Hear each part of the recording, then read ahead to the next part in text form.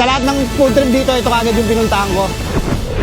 Mahilig ako sa burger. Ito, quality. Subok talaga to. Pagka hindi masarap to, delivery kita. Pag hindi masarap to, promise. Ang kaibahan po namin sa ibang burger is actually iba po kasi is prito. And then sa amin po kasi is grilled. Pero to solid talaga.